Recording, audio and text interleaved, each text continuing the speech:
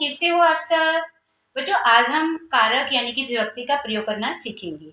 पिछली वीडियो में मैंने आपको तीनों लिंगों के जो भी शब्द रूप हैं उनके प्रत्यय बता दिए थे और इनके कारक के क्या चिन्ह होते हैं ये भी आपको चिन्ह भी मैंने बता दिए थे। आप पिछली वीडियो में आप देख सकते हैं। आज हम जो है इन प्रत्ययों का प्रयोग हमें कैसे करना है ये सीखते हैं। ठीक है, कौन सी विभक्ति में कौन सा प्रत्यय लगता है और कैसे उनका जो है वाक्य में प्रयोग किया जाता है। अब जैसे सबसे पहले हम लेते हैं कर्ता। कर्ता में जैसे मैंने बोला है कि राम जाता है, तो राम की राम लिखेंगे राम जाता है। राम कौन जाता है? राम।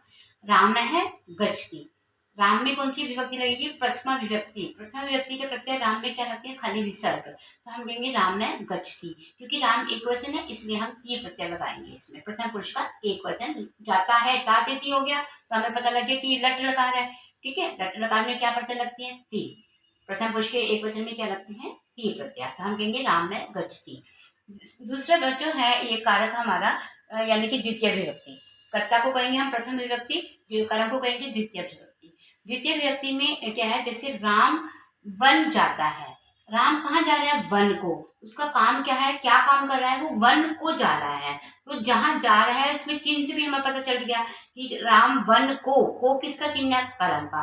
तो करण कौन सी विभक्ति होगी? द्वितीय। तो हम राम में कौन सी, इस वन में कौन सी विभक्ति लगाएंगे? वनम करेंगे, क्योंकि इसका मतलब होगा वन को। राम में है वनम गच्छति, राम वन को जाता है।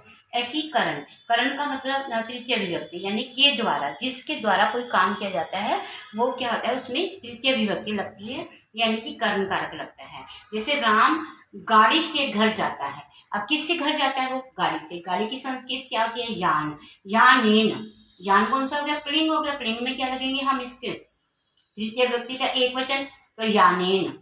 ठीक है, राम है यानेन गृहम गच्छति यानी घर को जाता है। गृहम को आ गया, द्वितीय विभक्ति लगाएंगे। गाड़ी से जाता है, के द्वारा जाता है, तो यानेन में कौन सी विभक्ति लगाएंगे? यहाँ पर तृतीय। हम कहेंगे राम है यानेन गृहम गच्छति, घर को जाता है। चतुर्थी विभक्ति है संप्रदान। इसके चिन्ह होते हैं के लिए। जैसे गुरु शिष्य को ज्ञान देता है। जब भी किसको देता है? किसके लिए ज्ञान देता है? शिष्य के लिए। के लिए हो गया यानी कि देने के युक्त में जब भी किसी को नमस्कार करते हैं या कुछ भी देते हैं तो उसमें चतुर्थी विभक्ति का प्रयोग होता है। हम कहेंगे गुरु शिष्याय। गुरु शिष्य को ज्ञानम देती, ज्ञान देता है। ठीक है, शिष्याय जिसको देता है उसमें चतुर्थी विभक्ति लगानी है, गुरु में नहीं लगानी है हमें। ज्ञान किसको दे रहा है? वो शिष्य को। जिसको ज्ञान दे रहा है तो उसमें हम कौन सी विभक्ति लगाएंगे? दे किसको रहा है उसके अंदर हम चतुर्थी विभक्ति लगाएंगे शिष्याय।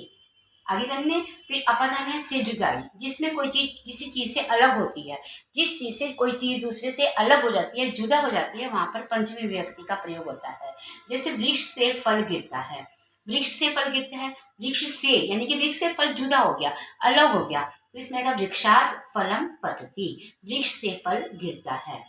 संबंध में होता है काके की, इसका चिन्ह होता है काके की। वह राम का पुत्र है। राम का, तो जिसका काके की किसके साथ है? राम का। तो राम में हम कौन सी विभक्ति लगाएंगे? संबंध कारक यानी कि षष्ठी विभक्ति। षष्ठी विभक्ति में प्रत्यय कौन सा लगता है? अस्य।